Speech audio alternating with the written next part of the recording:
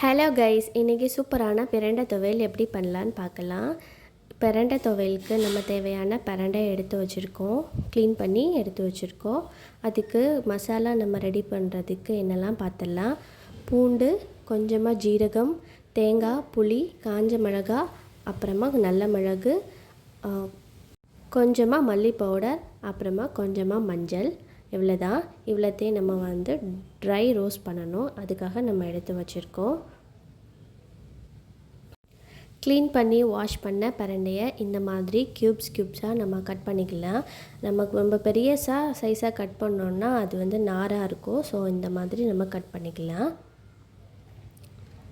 இப்போ நம்ம பிரண்டையை வதக்க போகிறோம். ஒரு கடாயில் கோகோனட் ஆயில் விட்டுட்டு நம்ம கட் பண்ணி வச்சுருக்கோம்ல அந்த பிரண்டையை நம்ம அதில் போட்டு நல்லா கோல்டன் ப்ரௌன் கலர் வர்றது வரைக்கும் நல்லா சாட்டே பண்ணணும்.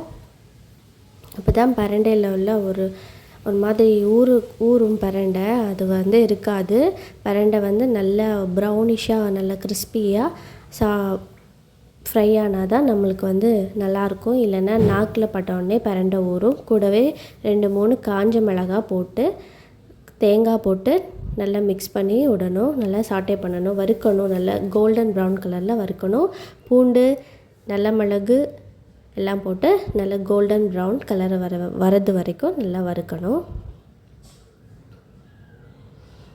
அப்புறமா கொஞ்சமாக ஒரு கைப்பிடி கருவேப்பிலை போட்டு நல்லா வதக்கணும். கருவேப்பிலை போட்ட அப்புறமா கொஞ்சம் ஜீரகம் போட்டு வதக்கணும். ஜீரகம் நல்லா வதங்கின அப்புறமா நம்ம காய பவுடர் கொஞ்சம் ஆட் பண்ணிக்கலாம். கட்டி காயமும் நீங்கள் ஆட் பண்ணிக்கலாம், ஆர் பவுடரும் நீங்கள் ஆட் பண்ணிக்கலாம். அந்த ஆயிலில் நல்லா வதங்கணும். அப்புறமா நம்ம எடுத்து வச்சுருக்கிற புளி போட்டு நம்ம நல்லா மிக்ஸ் பண்ணிக்கலாம். எண்ணெயில் நல்லா வதங்குற வரைக்கும் சாட்டே பண்ணணும். அப்புறமா மல்லி பவுடர், லாஸ்ட்டாக மல்லி பவுடர் போடணும். நீங்கள் முழு மல்லி போட்டிருந்தீங்கன்னா ஃபஸ்ட்டே ஆட் பண்ணிக்கோங்க. இது பவுடர்னால கரிஞ்சிரும், அதனால் நாங்கள் லாஸ்ட்டாக ஆட் பண்ணியிருக்கோம். இது எண்ணெயில் நல்லா ஃப்ரை ஆனதும் இது கொஞ்சம் நேரம் வச்சுட்டு ஒரு மிக்சர் ஜாரில் ட்ரான்ஸ்ஃபர் பண்ணிவிட்டு கொஞ்சம் தண்ணி விட்டு இந்த மாதிரி அரைச்சி வச்சுக்கலாம்.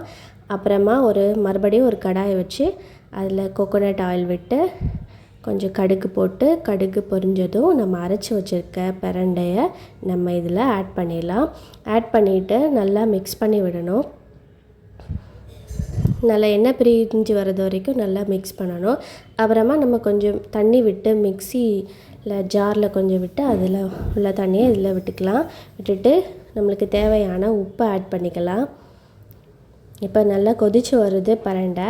இது நல்லா திக்காகிறது வரைக்கும் நல்லா வதக்கணும் நம்ம.